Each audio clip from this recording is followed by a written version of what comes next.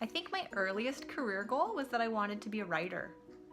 From the time I was in kindergarten, I thought that that was something I wanted to do.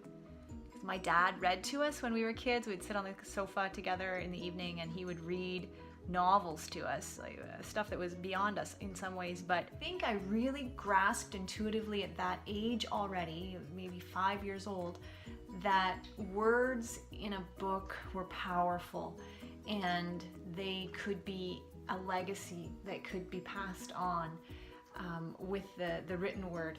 So I was really attracted to this at a very young age, and it stuck with me because I remember at 9 years old, I learned that the famous Canadian author Gordon Corman had written his first novel when he was 11, and it was published.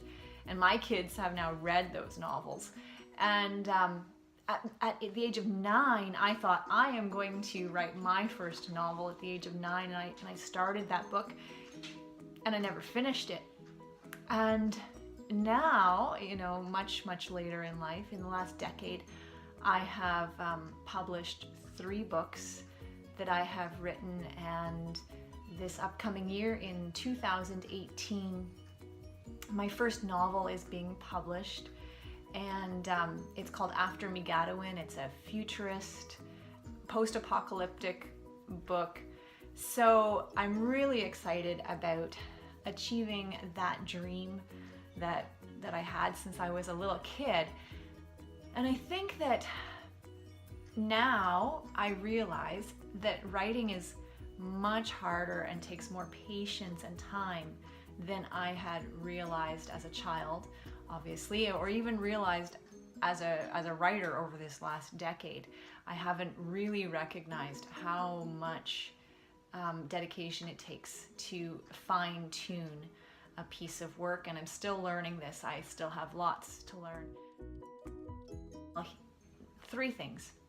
One is that writing takes time that's set aside for it, and I'm still struggling with this, to find the space, the brain space in my life to be able to focus on writing well, and the time that it's going to take to really polish and edit, doing those numerous drafts. So that's something that's really impacted my writing recently. Another thing that has impacted my writing is, and it's partly the life stage I'm at, is making time in my mind to play with words. So this looks like sometimes when I'm driving along the road and I see the lines on the road and just describing that in my mind, or describing what I see and hear and feel in that moment, and putting life into words. Or maybe it's sitting when I'm drinking my tea here and I'm looking out the windows at the trees blowing outside, and I start to form word pictures in my mind, so that when I do actually have time to sit down and do the act of writing, my brain is kind of in that space already of trying to create little vignettes of the world in words, so that those can be passed on to other people. So that has been something lately that I have been trying to practice. So I've always loved listening to my own writing, like going back and reading it over out loud, and I find that a very powerful tool. But I think I had a little bit in my head that maybe this was narcissistic, to read back your own words and kind of be moved by them myself. But I'm realizing now that the rhythm of a piece affects the reader very much, because readers also hear what they read in their own minds. They hear it with their own voice in their own minds.